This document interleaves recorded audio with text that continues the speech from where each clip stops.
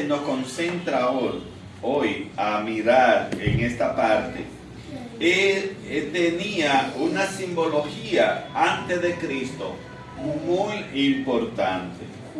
El arca de Jehová es una historia que está en Éxodo capítulo 25, del verso 10 al verso 27, y también en el capítulo 37 de Éxodo, del 1 al 9, está la narrativa de en donde Dios estableció la manera en que debía de ser construida, la manera en que las cosas que se iban a poner dentro del arca, y también cómo iban a trasladar cuando desmantelaban el campamento para trasladarse, porque todo esto surgió en medio del caminar por el desierto.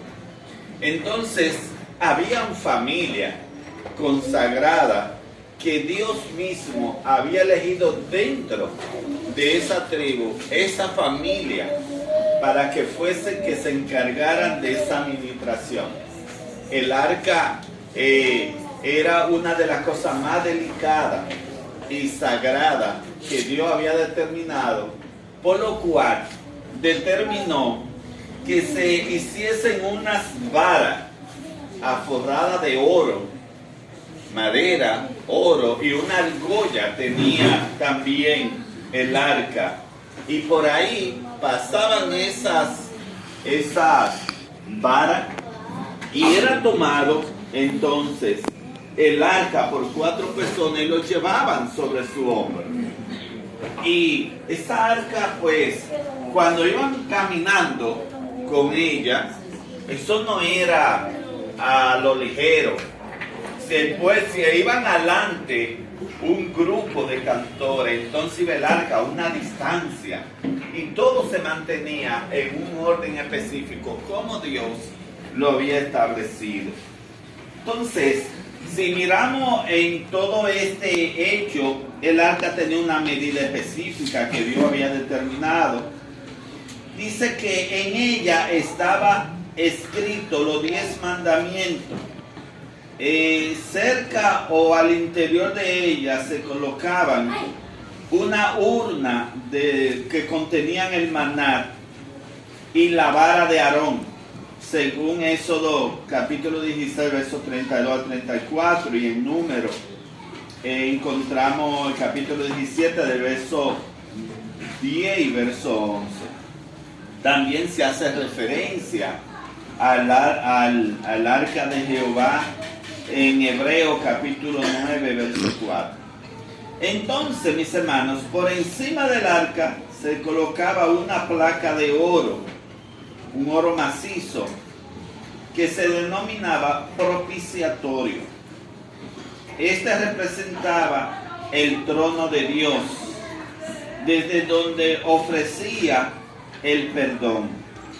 Tenía 2 querubines, es decir, 2 ángeles, que eran de oro desplegado sobre las alas, sobre el propiciatorio. Ellos tenían las alas que se cubrían los rostros, porque los querubines tienen 4 alas, y entonces ellos estaban en los extremos, y entonces sus alas cubrían.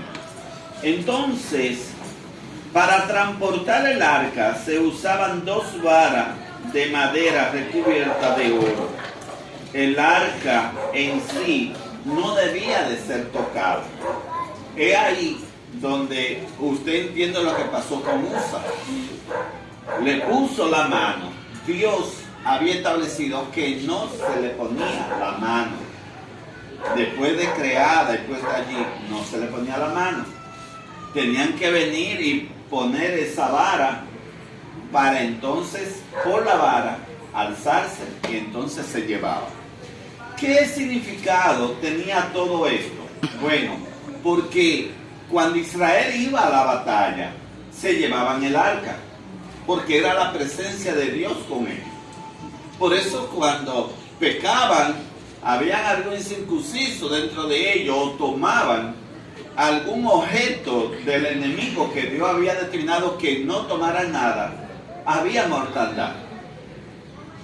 Pero esta vez nosotros podemos ver que David está partiendo desde el reinado de Saúl. ¿Qué pasó con el reinado de Saúl? Bueno, que cuando tomaron los filisteos el arca, Saúl había sido declarado enemigo de Dios. Dios mismo había declarado a Saúl enemigo de él, porque él, en vez de consultar a Dios, consultó una divina. Fíjense, mis hermanos, él consultó una divina en vez de consultar a Dios.